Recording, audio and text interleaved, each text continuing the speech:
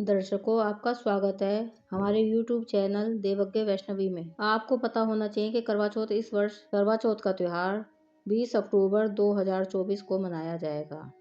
इस दिन सुहागन महिलाएं अपने पति की लंबी उम्र के लिए व्रत रखती हैं।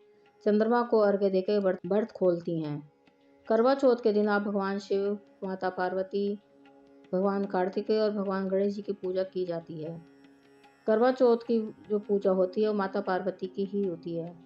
करवा माता की पूजा का विशेष महत्व होता है। करवा माता देवी का रूप है। इन्हें अखंड सौभाग्य का प्रतीक माना गया है।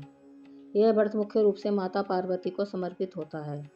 इस दिन सभी स्त्रियां सजती हैं, संवरती हैं। खासकर नवविवाहित स्त्रियां विशेष रूप से 16 श्रृंगार करती हैं।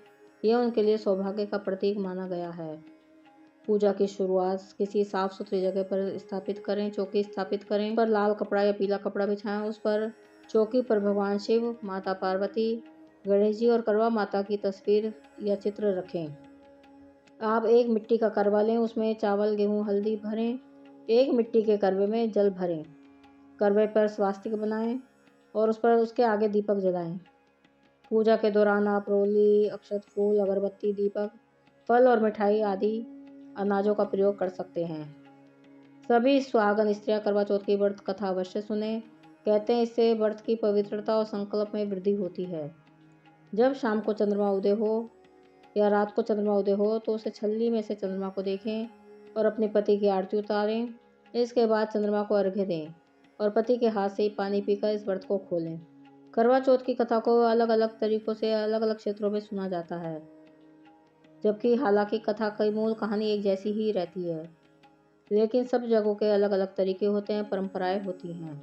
पंजाब में तो महिलाएं करवा यानी मिट्टी के घड़े में चावल, उड़द और दाल और रुपए रखती हैं और इसी को करवा माता के रूप में मानकर एक दूसरे के बीच में घुमाती हुई गीत गाती हैं। सभी स्त्रियां एक ग्रुप में बैठ जाती हैं और किसी बड़ी उम्र की महिला से एक कहानी सुनती हैं, जो करवा चौथ की कहानी को पढ़ती है।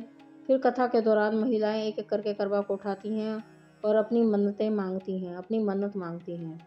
कथा के दौरान महिलाएं करवा चौथ का गीत गाती हैं और अपने पति के प्रति प्रेम और सम्मान का प्रदर्शन करती हैं। गीतों में माता पार्वती और करवा माता की स्तुति की होती है।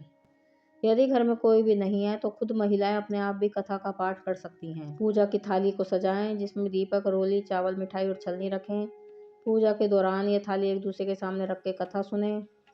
करवा चौथ की कथा हर जगह अलग अलग तरीके से होती है, लेकिन सबका उद्देश्य एक ही होता है, पति की लंबी उम्र और परिवार की खुशहाली।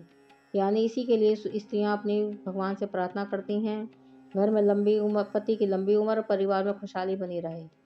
महिला इस व्रत को बहुत ही श्रद्धा उत्साह के साथ करती हैं और इस दिन सुहागन महिलाएं विशेष रूप से 16 श्रृंगार करती हैं।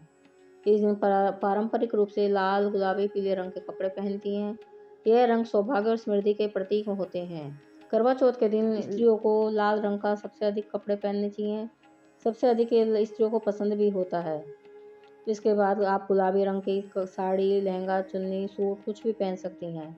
लाल रंग, गुलाबी रंग, पीला रंग, सुनहरा रंग, हरा रंग, इन रंगों के वस्त्र अधिकतर महिलाएं पहनती हैं। करवा चौथ के दिन आपको काले, सफ़ेद और भूरे या ग्रे कलर के कपड़े नहीं पहनने चाहिए।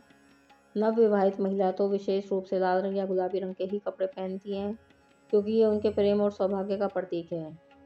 आप हल्के रंगों के कपड़े पहनने से इस दिन बचें। ऐसे रंगों का चयन करें जो आपकी ऊर्जा और सकारात्मकता को दिखाता हो।